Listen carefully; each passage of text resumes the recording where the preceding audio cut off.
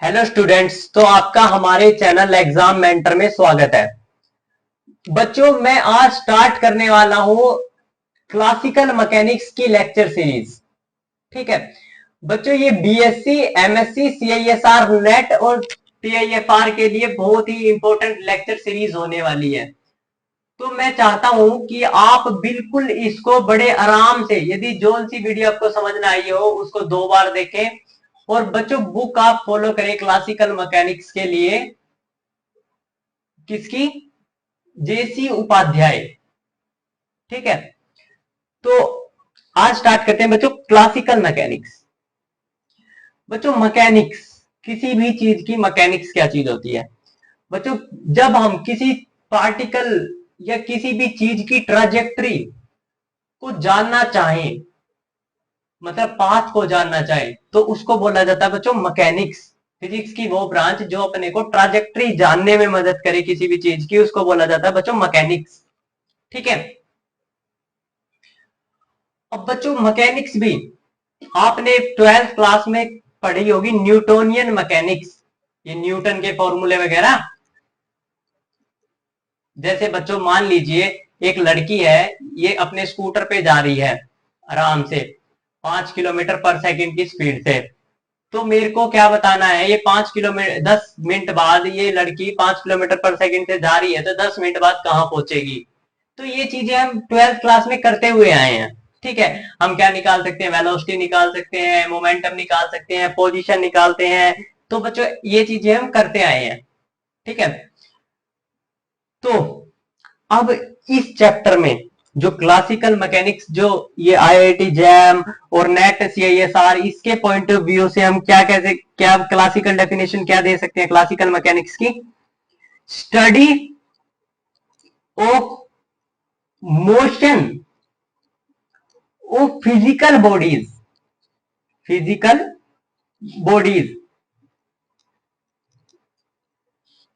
Bye differential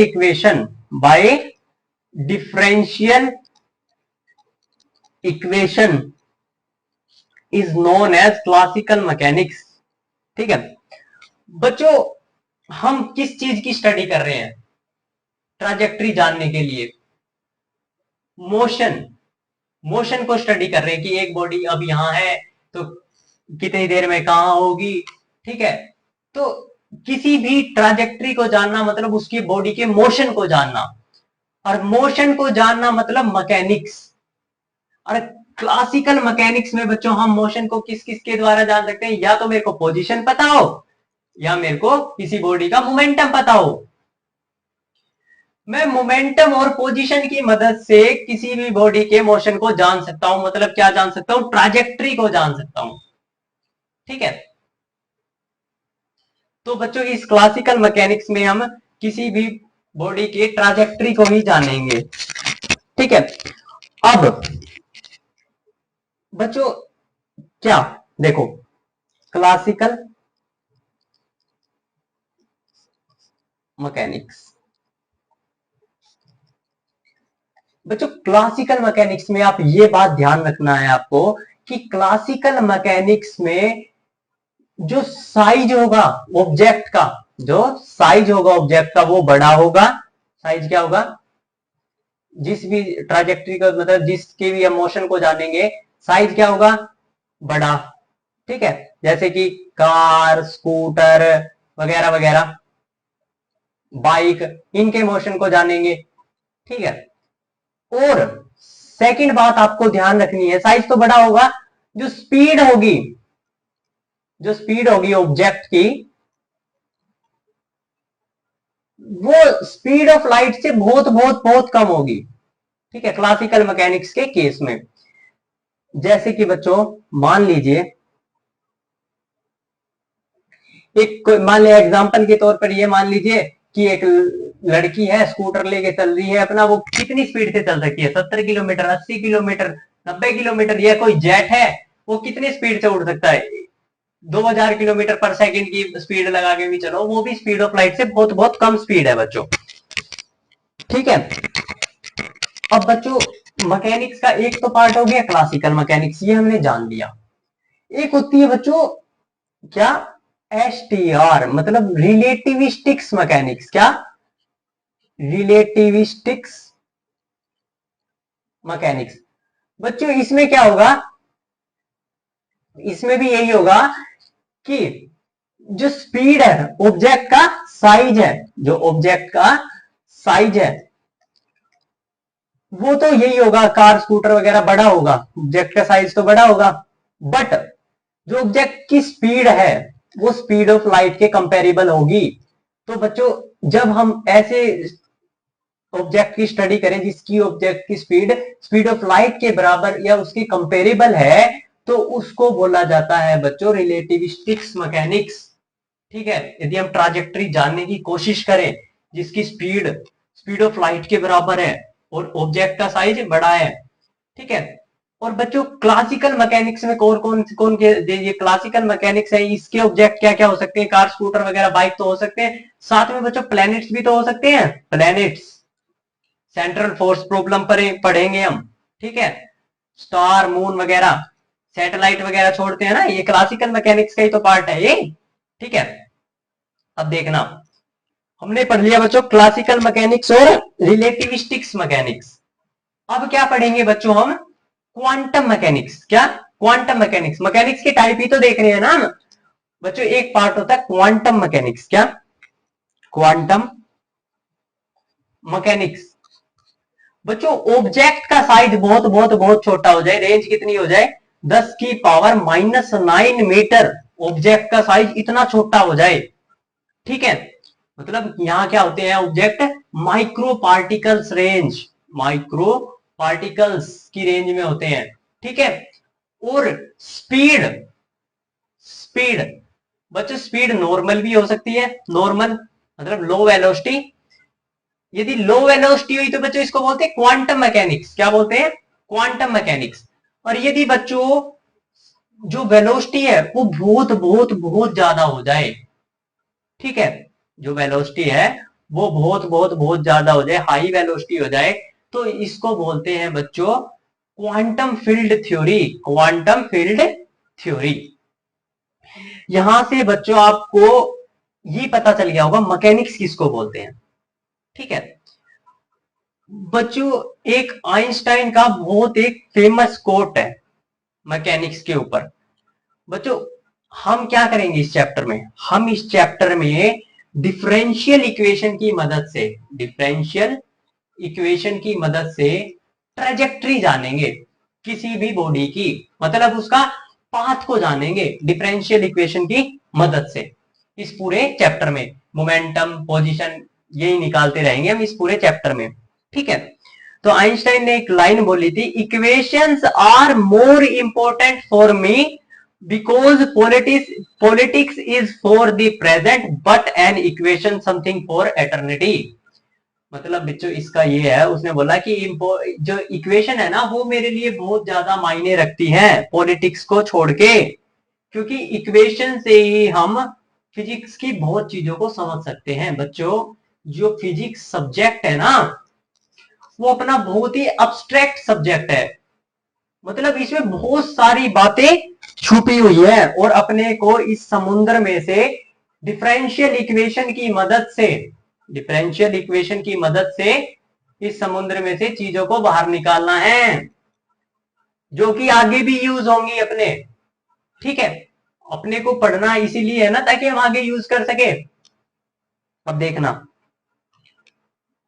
quant quantum mechanics वगैरह मैंने आपको बता दिया। तो बच्चों अब क्या करेंगे, अब मैं स्टार्टिंग से स्टार्ट करता हूं। ठीक है, जो आपने पढ़ा हुआ होगा 11th-12th में भी। बच्चों मैं आपका बेस इसलिए बना रहा हूं ताकि आज ये इंट्रोडक्शन लेक्चर है, मैं आपको आराम आराम से करवाऊं और आपका बेस बन जाए बस। ठीक है बच्चों, यदि मेरे को किसी चीज के पाथ को जानना है, यदि मेरे को किसी चीज की ट्राजेक्टरी को जानना है, तो मेरे पास क्या होना चाहिए, मेरे पास आंख होनी चाहिए, मतलब आई होनी चाहिए, जब तो देखूंगा ना मैं किस कहाँ चल रहा है, कौन ऑब्जेक्ट कहाँ है वगैरह वगैरह। तो मेरे पास सबसे इंपॉर्टेंट क्या है, मेरी आंखें। ठीक है, एक ऑब्जर्वर कि मतलब मैं कहां से क्या चीज ऑब्जर्व कर रहा हूं।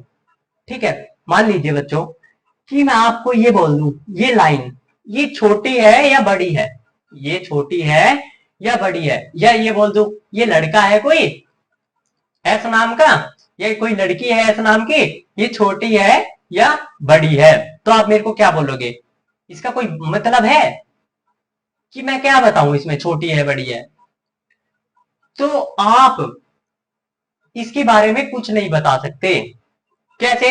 अब ये लड़की बना दी मैंने एक बड़ी, ये है पी नाम की और ये है एस नाम की, तो इन दोनों के कंपैरिजन में आप ये बता सकते हो भाई एस है ना पी से छोटी है और पी एस से बड़ी है। और यदि मैंने सिंगल बनाया था तो आप कुछ नहीं बता सकते। ठीक है, ऐसे ये लाइन है, एक लाइन खींच दी, मैं कोई चीजें पूछ रहे हो भाई ये छोटी है या बड़ी है, तो वो भी कोई नहीं बता सकता कि ये छोटी लाइन है बड़ी, तो उसके लिए एक रेफरेंस की जरूरत है। किसकी जरूरत है? एक रेफरेंस की जरूरत है अपने को इसके लिए। तो बच्चों, क्योंकि मैं किसी की रिस्पेक्ट में तो ये बता सकता हूं कि ये चीज छोटी है या बड़ी है, तो यहां से अपने को ये बात समझ आई कि देयर इज नो मीनिंग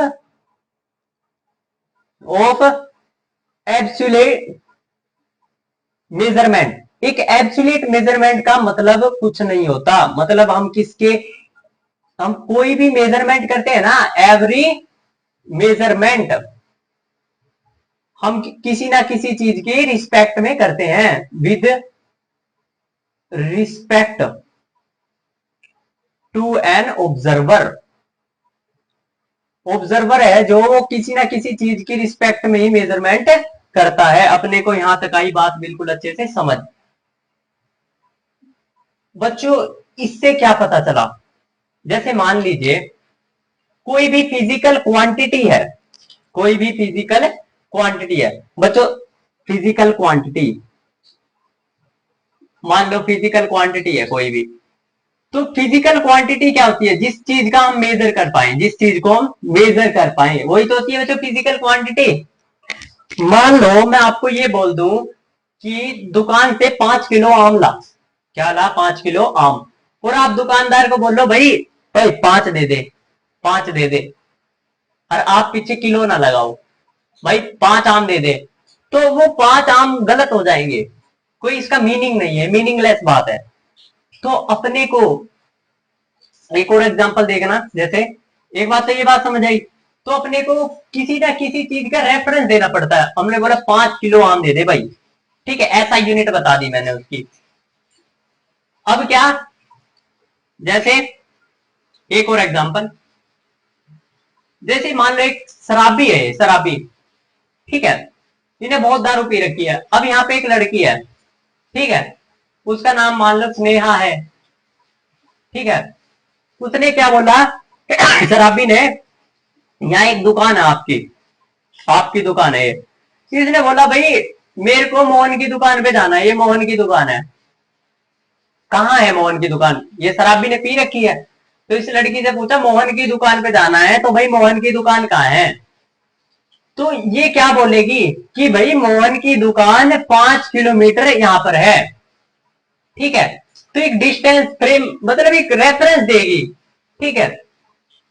तो बच्चों, इसी चीज को मतलब ये ऐसे बोलेगी 5 किलोमीटर चला जा भाई, 5 किलोमीटर बेचारा ये कहाँ जाए? मान ले बोलते 5 किलोमीटर चला जा, 5 किलोमीटर यहाँ भी जा सकता है, यहाँ भी जा सकता है, यहाँ भी जा सकता है, यहाँ भी जा सकता है। तो बच्चों इसको एक रेफरेंस देना होगा मोहन की दुकान के लिए। तो बच्चों यहीं से आया था अपना कॉन्सेप्ट फ्रेम ऑफ रेफरेंस। क्या आया? फ्रेम ऑफ रेफरेंस, ठीक है। यहां से क्या आया बच्चों? अपना फ्रेम ऑफ रेफरेंस कॉन्सेप्ट आया, फ्रेम ऑफ रेफरेंस। बच्चों फ्रेम ऑफ रेफरेंस क्या है? एक coordinate system with respect to which various study parameter related to motion of an object. मतलब फ्रेम ऑफ रेफरेंस क्या है बच्चों? जिसके द्वारा ऑब्जर्वर, जो ऑब्जर्वर है वो क्या कर सके? वेरियस पैरामीटर्स को बता सके मोशन के, उसको बोला जाता है बच्चों फ्रेम ऑफ रेफरेंस। मैं लिख देता हूं ये line, frame of reference.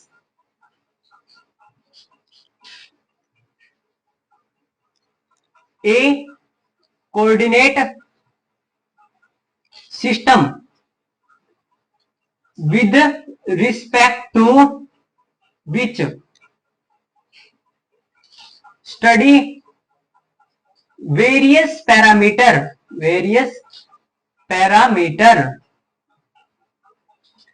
related to motion of object,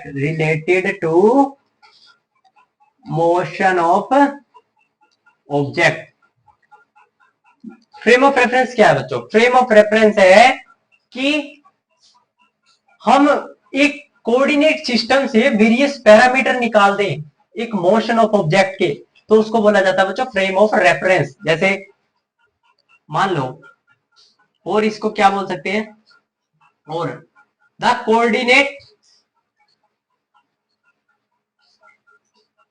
system of an observer, मतलब ऑब्जर्वर की आंख को ही क्या बोला जाता है? Frame of reference. ठीक है, हम मान लो पंछी है तो ये बता देगा एक्स डायरेक्शन में इतना चल, वाई डायरेक्शन में इतना चल और जेड डायरेक्शन में इतना चल, और ये इसकी पोजीशन को बता देगा। ठीक है, तो ऐसे बच्चों फ्रेम ऑफ रेफरेंस की कहानी आई। ठीक है, यहां तक आपको बात आई समझ? किसी भी चीज की मेजरमेंट के लिए हमारे को क्या चाहिए होगा? एक फ्रेम ऑफ रेफरेंस चाहिए होगा। ठीक है, क्योंकि मेरे को क्या निकालना है बच्चों? पोजीशन या मोमेंटम। तो मेरे को कुछ ना कुछ चीज चाहिए होगी ना, कि रेफरेंस पॉइंट चाहिए होगा जिससे मैं ये पोजीशन या मोमेंटम बता सकूं, तो बच्चों उसको बोला जाता है फ्रेम ऑफ रेफरेंस। ठीक है, अब बच्चों यहां तक आई आपको बात बिल्कुल समझ? अब मेरी आंख है, फ्रेम ऑफ रेफरेंस क्या है? एक आंख के समान। ठीक है बच्चों, बिल्कुल कहानी बना के चल रहा हूं मैं, आप सुनते रहना, बहुत अच्छी सी है।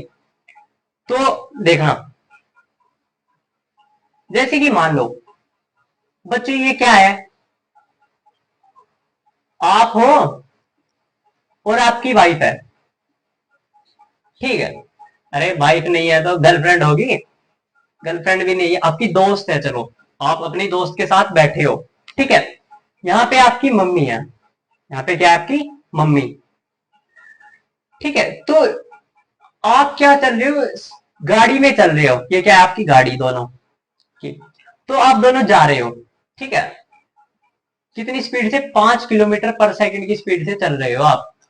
अब आपकी मम्मी को, जो आपकी पत्नी है, वो क्या लगेगी? भाई पत्नी तो चल रही है, मोशन में है, बट आपको क्या लगेगा? रेस्ट में है। भाई अब तो, अब अपनी, या तो आपकी मम्मी की आंख खराब है या आपकी आंख खराब है। बट बच्चों ऐसा दोनों ही केस में नहीं है।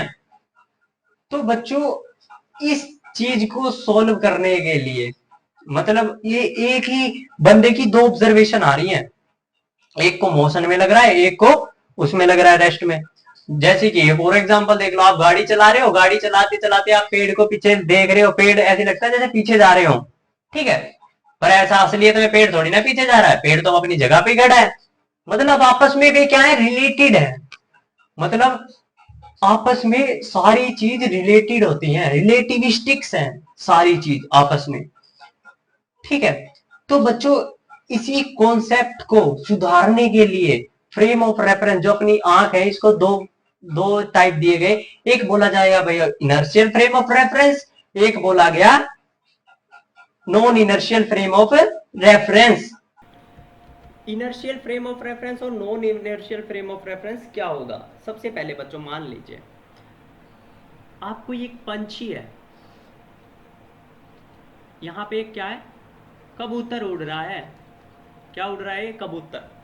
कबूतर उड़ रहा है, तो मेरे को इसकी क्या बतानी है? इसकी लोकेशन बतानी है मेरे को, लोकेशन।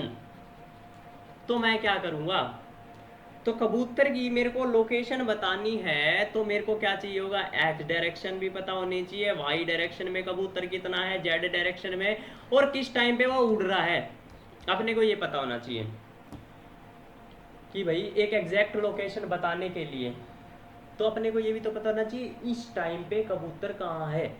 मतलब कबूतर 1 सेकंड बाद तो कहीं और जगह उड़ रहा है, तो मतलब ये बात सिंपल सी बात समझ आ रही है ना? मैं इसको कनेक्ट करूँगा क्लासिकल मैकेनिक्स में भी आपके अच्छे से कॉन्सेप्ट बनाने के लिए, ठीक है। तो ये कबूतर उड़ रहा है, ये अपने को एक्स भी चाहिए, वाई भी चाहिए, जेड भी चाहिए और टी भी चाहिए। तो मेरे को पता चला कि मेरे को किसी भी चीज़ की लोकेशन जब बतानी होती है तो मेरे को क्या पता होना चाहिए, एक तो कोऑर्डिनेट सिस्टम पता होना चाहिए, क्या पता होना चाहिए, कोऑर्डिनेट सिस्टम, प्लस क्या पता होना चाहिए, टाइम, टाइम स्केल, ठीक है। ये बात अपने को पता चल गई, क्योंकि और हम ये भी जानते हैं कि सारी चीज़ आपस में रिलेटेड है। आप सारी चीज़ आपस में रिलेटेड है, मतलब कोई भी चीज़ रुकी हुई नहीं है, सारी चीज़ एक दूसरे के रिलेटिव हैं। तो बच्चों अपने को यहाँ तक आई बिल्कुल बात समझ। अब मैं पढ़ाने वाला हूँ आपको इनर्शियल फ्रेम ऑफ रेफरेंस, कि इनर्शियल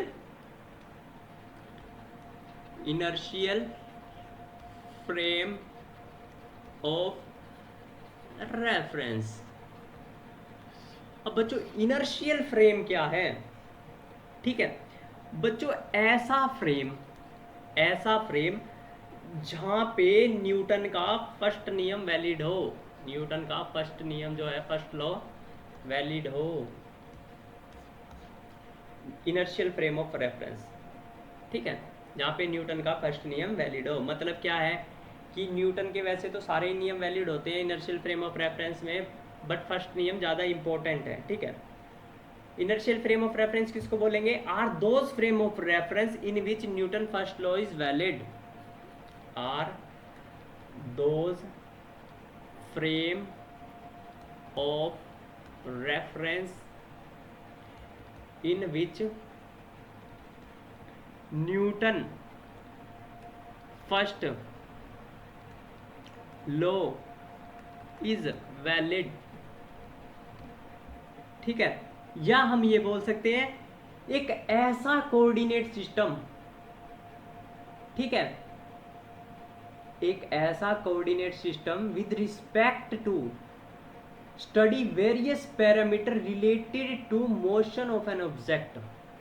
कहने का मतलब क्या है बच्चों, इनर्शियल फ्रेम ऑफ रेफरेंस में क्या हो, a coordinate system with respect to which study various parameter related to motion of an object, जिसके द्वारा हम क्या कर रहे हैं, वेरियस पैरामीटर्स को निकाल रहे हैं किसी ऑब्जेक्ट की, ठीक है। अब मेरी बात सुनो, अब मैं आपको क्या करवा रहा हूँ, एग्जाम्पल करवा रहा हूँ। क्या करवा रहा हूँ, एग्जाम्पल। बच्चों न्यूटन फर्स्ट लॉ क्या होता है, सबसे पहले न्यूटन फर्स्ट लॉ होता है बच्चों फोर्स का नियम। क्या होता है, फोर्स। मान लो न्यूटन फर्स्ट लॉ ये बोलता है कि यदि कोई चीज़ रेस्ट में है, रेस्ट में रहेगी, और मोशन में है, मोशन में रहेगी, जब तक उस पर बाहर से कोई धक्का ना लगे, मतलब फोर्स ना लगे, फोर्स को क्या बोलते हैं, धक्का। ये एक्सटर्नल स्टिमुलस जो कि बॉडी की स्टेट को चेंज करती है।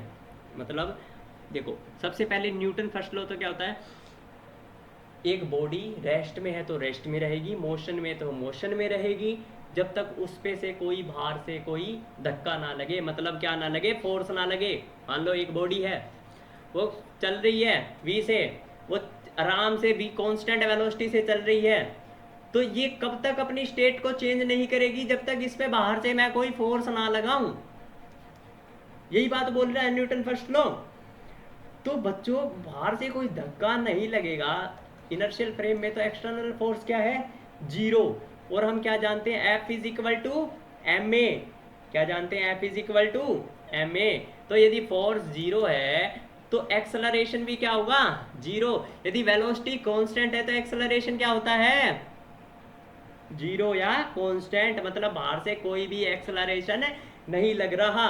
तो ऐसे फ्रेम ऑफ रेफरेंस को बोलते हैं बच्चों, क्या बोलते हैं, इनर्शियल फ्रेम ऑफ रेफरेंस, जहां पे क्या हो, वेलोसिटी कांस्टेंट हो, मतलब या तो भी जीरो हो, या वो जितनी वेलोसिटी से चल रहा है, मतलब 5 मीटर पर सेकंड से वो चल रहा है तो 5 मीटर पर सेकंड से ही चलता रहे। यदि मान लो बच्चों मैंने क्या लगा दी, बाहर से एक फोर्स लगा दी, यदि मान लो बच्चों मैंने बाहर से इस ट्रॉली पे क्या एक फोर्स लगा दी, तो फोर्स लगाने से इस पे क्या होगा, इसकी स्टेट चेंज हो जाएगी। देखो जैसे कि मान लो फोर्स क्या चीज़ होती है बच्चों? सिंपल सी फोर्स होती है एक एक्सटर्नल स्टिमुलस जो कि किसी बॉडी की शेप को चेंज करने या उसकी दिशा को बदलने के काम आए। जैसे मान लो फोर्स किस काम आती है? या तो देखो मान लीजिए लोई है, क्या है? लोई, आटे की लोई है, मैं इस पर मुक्का मारूंगा तो ये पिचक जाएगी, फोर्स लगाई तो ये पिचक गई, ठीक है। और जैसे ये मान लो एक सर्कल में एक वो घूम रहा है पार्टिकल, मान लो इस पे फोर्स अंदर की तरफ लग रही है, ये इसकी डायरेक्शन भी चेंज कर सकती है। फोर्स क्या कर सकती है? डायरेक्शन भी चेंज करती है। ये बात आपको ध्यान में होनी चाहिए। छोटी छोटी बातें हैं बच्चों, ये मैं आपको ब्रीफ इंट्रोडक्शन दे रहा हूँ, तो आपको बिल्कुल चैप्टर में बहुत अच्छे से बांटूंगा मैं कि कैसे हम कनेक्ट करेंगे अपनी प्रीवियस चीज़ को अब जो क्लासिकल मैकेनिक्स हम पढ़ने वाले हैं, ठीक है। बात आई आपको यहाँ तक समझ? तो इनर्शियल फ्रेम ऑफ रेफरेंस में वेलोसिटी क्या होनी चाहिए? या तो जीरो होनी चाहिए या कांस्टेंट होनी चाहिए, ठीक है। इसका मतलब यहाँ से अपने को ये बात पता चली, जो कोऑर्डिनेट सिस्टम है या तो वो रेस्ट में होना चाहिए, स्टेशनरी होना चाहिए, ठीक है, या वो यूनिफॉर्म मोशन कर रहा हो। क्या हो? यूनिफॉर्म मोशन, मतलब कांस्टेंट वेलोसिटी से चल रहा हो। यूनिफॉर्म मोशन उसी को तो बोलते हैं बच्चों, क्या चल रहा हो? जो कांस्टेंट मोशन, कांस्टेंट मोशन, ठीक है। बच्चों ध्यान से सुनना मेरे लेक्चर को, यदि एक बार समझ ना आई, इसमें बहुत सारी चीज बता दूंगा आपको, ठीक है। ये दो कंडीशन हो तो ऐसे फ्रेम को क्या बोलते हैं बच्चों? इनर्शियल फ्रेम ऑफ रेफरेंस, ठीक है। यहां तक आपने को बात यदि आई समझ, तो अब क्या करें? इनका क्या करना है अपने को बच्चों? न्यूटोनियन मैकेनिक्स जो हम पढ़ते आए हैं, फोर्स निकाली, फलाना निमकाना निकाला, धिमकाना निकाला, सब कुछ निकालते आए हम, ठीक है। एक्सेलरेशन, वेलोसिटी, सब कुछ 12वीं क्लास तक। या हमने क्या करा, बीएससी में भी फर्स्ट सेम में शायद हो आपके, तो सही है, वरना ना ही तो वहाँ पे भी निकाली होगी। तो ये चीज़ें हमने करी। तो बच्चों वो चीज़ें करी हमने इनर्शियल फ्रेम ऑफ रेफरेंस का सहायता लेके। Inertial frame of reference, Newtonian mechanics सारी इसी पे फॉलो है, इनर्शियल फ्रेम ऑफ रेफरेंस पे, ठीक है। अब बच्चों क्या बताने वाला हूं मैं, एक क्वेश्चन बहुत फेमस है, पूछ लेते हैं। जैसे कि अर्थ है, क्या है? अर्थ, अर्थ है। अर्थ क्या है? अर्थ क्या है? अर्थ इनर्शियल है या नॉन इनर्शियल है? अर्थ इनर्शियल है या नॉन इनर्शियल है? अपने को ये बात फाइंड करनी है, ठीक है। क्योंकि अभी हमने नॉन इनर्शियल पढ़ा ही नहीं है, तो कैसे बता सकता हूं मैं अर्थ इनर्शियल है या नॉन इनर्शियल है, ठीक है। तो अब बच्चों क्या पढ़ा रहा हूं मैं, पहले एक एग्जाम्पल देख ले, पहले इसका इनर्शियल का ही देख लो यार, फिर तुम बोलोगे एग्जाम्पल नहीं दिया, ठीक है। मान लो ये क्या है, एक मोहतरमा है, ठीक है। ये कांस्टेंट वेलोसिटी से चल रही है। क्या चल रही है? कांस्टेंट वेलोसिटी से अपनी स्कूटी से चल रही है। इसको अपनी यूनिवर्सिटी पहुंचना है, ठीक है। आराम से चल रही है 5 किलोमीटर पर सेकंड से, बिल्कुल ब्रेक भी नहीं मार रही, सब कुछ नहीं कर रही, कुछ भी। और पीछे ही इसके क्या है, लड़का है, ठीक है। वो भी कितने से चल रहा है? 5 किलोमीटर पर सेकंड से ही चल रहा है आराम से, ठीक है। इसके लिए ये क्या है, ये भी 5 से चल रहा है, ये भी 5 से चल रहा है, मतलब दोनों को क्या लग रहा होगा, ये कांस्टेंट वेलोसिटी है। कांस्टेंट वेलोसिटी है तो ये इनर्शियल फ्रेम ऑफ रेफरेंस है, ठीक है। या मान लो कोई लड़का है यहाँ पे, वो खड़ा हुआ है, क्या है, आराम से खड़ा हुआ है अपने कोऑर्डिनेट सिस्टम में। वो इसको भी देख रहा है और इसको भी देख रहा है, दोनों क्या लग रहे होंगे उसको? दोनों ये लग रहे होंगे ना, कांस्टेंट वेलोसिटी से चल रहे हैं, तो ये क्या है, इनर्शियल फ्रेम में है, ठीक है। बात आई अपने को समझ। अब नॉन इनर्शियल, किस पे बात आ जाते हैं बच्चों? नॉन इनर्शियल, ठीक है। Non inertial frame of reference बच्चों ऐसा फ्रेम ऑफ रेफरेंस जहां पे न्यूटन के नियम फॉलो ना हो। नॉन इनर्शियल ऐसा फ्रेम ऑफ रेफरेंस जहां पे न्यूटन के नियम फॉलो ना हो, ठीक है। Are those frame of reference, ठीक है, इन विच जो न्यूटन है, न्यूटोनियन मैकेनिक्स, जो न्यूटन मैकेनिक्स है या लॉज है मतलब उसके, वो फॉलो ना हो, आर डू नॉट फॉलो, मतलब बच्चों ये बोल सकते हैं कि उनमें प्रॉब्लम आ जाए, न्यूटन के नियमों में क्या हो जाए, प्रॉब्लम, प्रॉब्लम आ रही है। ठीक है, सबसे पहली बात, प्रॉब्लम आ रही है उसके न्यूटन के नियम में। तो बच्चों इसमें ऐसे फ्रेम ऑफ रेफरेंस में एक्सटर्नल जो स्टिमुलाई है ना वो equal to zero, F external is not equal to zero. मतलब फर्स्ट लॉ का मतलब क्या था, यदि बाहर से कोई धक्का ना लगे तो वो गाड़ी चल रही है तो चलती रहेगी, और यदि रुकी है तो रुकी हुई रहेगी, ये बात थी। बट इस केस में बच्चों क्या होगा, बाहर से कुछ ना कुछ फोर्स लग रही होगी, क्या लग रही होगी, बाहर से कुछ ना कुछ फोर्स लग रही होगी। ठीक है, जो अपने को दिख नहीं रही होगी, क्या लग रही होगी, फोर्स लग रही होगी, फोर्स तो होगी बट अपने को दिख नहीं रही होगी, तो इसको बोलते हैं बच्चों सूडो फोर्स। क्या बोलते हैं, सूडो फोर्स। जैसे कि बच्चों मान लीजिए एक सबसे छोटा सा एग्जांपल है, ठीक है, मैं मान लो, क्योंकि फिजिक्स क्या है बच्चों, मैं यही तो बोल रहा हूँ ना, फिजिक्स एक अब्स्ट्रैक्ट चीज़ है, अब्स्ट्रैक्ट मतलब इसको बहुत सोचना पड़ता है। ठीक है, अब मान लो एक चौक है, क्या है, एक चौक, चौक को मैंने गिरा दिया, क्या गिरा दिया, चौक को मैंने मान लो ऐसे उछाल दिया, हाथों में लिया और हाथों से उछाल दिया और नीचे गिर गया, ये चौक नीचे आ रहा है। अब बच्चों ये 5 मीटर पर सेकंड से आ रहा है, मान लो 5 मीटर पर सेकंड से।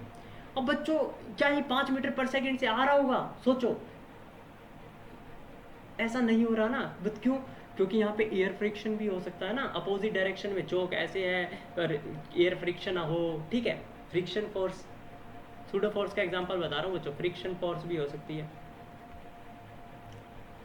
ठीक है, पंखा चल रहा है, पंखा क्या है, चल रहा है, पंखा गोल गोल गोल गोल गोल घूम रहा है, तो उसमें बच्चों कौन कौन सी जो अपने को दिख नहीं रही, कौन कौन सी फोर्स हो सकती हैं, सिंपल सी बताओ आप, इलेक्ट्रिकल, ये मैकेनिकल फोर्स, कुछ भी हो सकती है बच्चों, सूडो फोर्स के ये कुछ एग्जांपल्स हैं, लिख लेना। तो अब देखना, फ्रिक्शन फोर्स जैसे मेनली एग्जांपल है इसका। तो अब मैं आपको एक एग्जांपल से समझाने की कोशिश करता हूँ। ठीक है, पहले कुछ बात नोट कर लेते हैं। देखो बच्चों, सबसे पहले अपने को क्या पता है, एक्सटर्नल फोर्स यहाँ पे नॉट इक्वल टू जीरो है, एक्सटर्नल फोर्स यहाँ पे नॉट इक्वल टू जीरो है, मतलब वहां पे क्या था, इनर्शियल में एक्सेलरेशन जीरो हो गया था क्योंकि फोर्स जीरो थी, बट यहाँ पे कुछ ना कुछ क्या होगा, एक्सेलरेशन होगा। मान लो एक फोर्स, ये फोर्स क्या है, मान लो किसी कांस्टेंट ए के बराबर आ रही है मान लो, तो फोर्स इज इक्वल टू ए आ रही है, ए नहीं बी मान लो, ठीक है, बी न्यूटन, बी आ गई, तो एम में इज इक्वल टू बी, तो a is equal to b by m. ठीक है, तो बच्चों यहाँ पे क्या है, कुछ ना कुछ एक्सेलरेशन होगा, क्या होगा, कुछ ना कुछ एक्सेलरेशन होगा। एक्सेलरेटेड, यहां से एक लाइन लिखूंगा मैं, एक्सेलरेटेड फ्रेम को बोला जाता है non inertial frame, accelerated frame or non inertial frame of reference.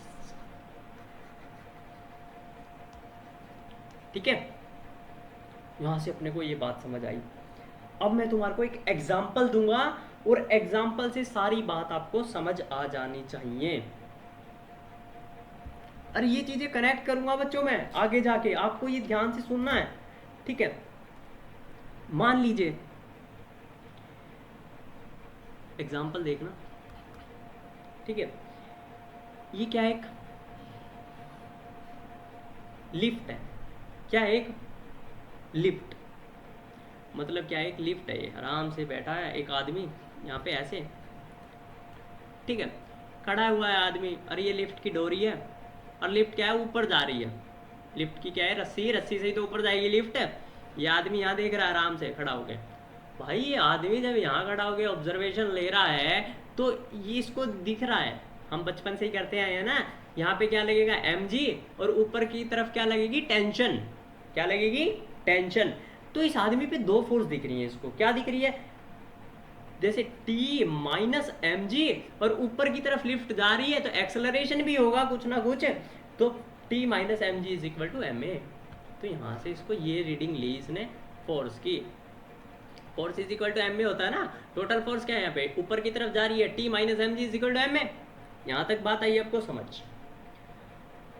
अब बच्चों इसने यहाँ से टेंशन की फोर्स निकाली तो m a plus m g ये आ गई इसकी फोर्स, ठीक है। और अब ये आदमी बोला भाई मैं तो लिफ्ट में लेके खड़ा हूँ, अब लिफ्ट में ले ली भाई इसने, लिफ्ट में बैठ गया, लिफ्ट में बैठ गया तो टी ऊपर है, ठीक है, एक्सेलरेशन भी क्या है ऊपर है, बट ये इसको क्या दिख रहा है, अब रेस्ट में दिख रहा है, एक्सेलरेशन तो इसको दिख नहीं रहा होगा ना, इसका क्या है ये, तो यहाँ से टी इस पे क्या लग रही होगी, एक टी ऊपर लग रही होगी और एक एम जी है, तो T is equal to m g है, क्योंकि इसको फोर्स तो देखती हुई नहीं दिख रही होगी, तो क्योंकि ऑब्जर्वर के लिए जो ये आदमी है पहले तो एक्सेलरेटेड था ना, अब क्या है रेस्ट में है, ऑब्जर्वर के लिए एक्सेलरेशन 0 है और वेलोसिटी भी इसकी आदमी की क्या है 0।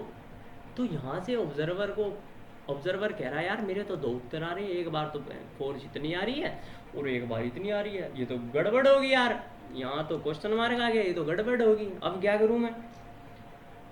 अब इसी वजह से बच्चों बनाए गए थे दो फ्रेम ऑफ रेफरेंस। गड़बड़ आई किस में, रीडिंग्स में आ गई उसकी गड़बड़, बट रीडिंग तो उसकी ठीक है, दोनों टाइम ठीक है रीडिंग तो, मतलब मैं समझाना चाह रहा हूँ बच्चों इनर्शियल फ्रेम और नॉन इनर्शियल फ्रेम क्यों आया है इसमें, ठीक है। तो रीडिंग जब आई तो ये पाया गया जब ऑब्जर्वर लिफ्ट के अंदर था तो वो इनर्शियल फ्रेम में था, क्या इसमें था, इनर्शियल फ्रेम में, और जब लिफ्ट के बाहर हो गया तो वो क्या हो गया, नॉन इनर्शियल फ्रेम में, क्योंकि एक्सेलरेटेड फ्रेम हो गया ना, उसको दिख रहा था वहां पे एक्सेलरेशन आ गया था। तो यही बात है बच्चों इनर्शियल फ्रेम और नॉन इनर्शियल फ्रेम की, ठीक है।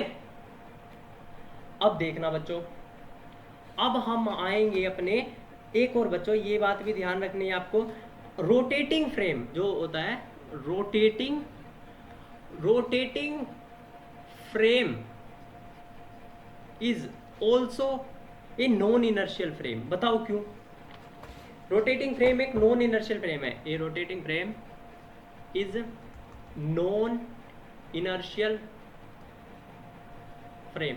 बच्चों देखो मान लो एक पार्टिकल है, अब वो ऐसे ऐसे रोटेट कर रहा है, गोल गोल घूम रहा है इसमें, ठीक है बच्चों, मान लो ये क्या एक पार्टिकल है और गोल गोल घूम रहा है, ठीक है। इसमें मैंने आपको क्या बोला बच्चों, फोर्स ही क्या करती है, फोर्स जो होती है ना वो ही डायरेक्शन को चेंज करती है, किसको, डायरेक्शन को भी चेंज करती है, शेप को भी चेंज करती है। फोर्स की डेफिनेशन सुना फिर से, force is a stimuli which changes the direction and shape of an object.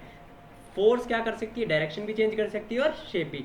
बच्चों इसकी डायरेक्शन देखना बार बार चेंज हो रही है ना, बार बार चेंज हो रही है इसकी डायरेक्शन, तो मतलब बच्चों क्या है, डायरेक्शन चेंज हो रही है तो इस पे एक फोर्स लग रही होगी, फोर्स लग रही होगी तो इस फ्रेम ऑफ रेफरेंस पे, तो ये नॉन इनर्शियल है, क्योंकि हमने क्या बोला, इनर्शियल फ्रेम ऑफ रेफरेंस तो वो फ्रेम ऑफ रेफरेंस है जिसपे से बाहर पे कोई भी फोर्स ना लगे।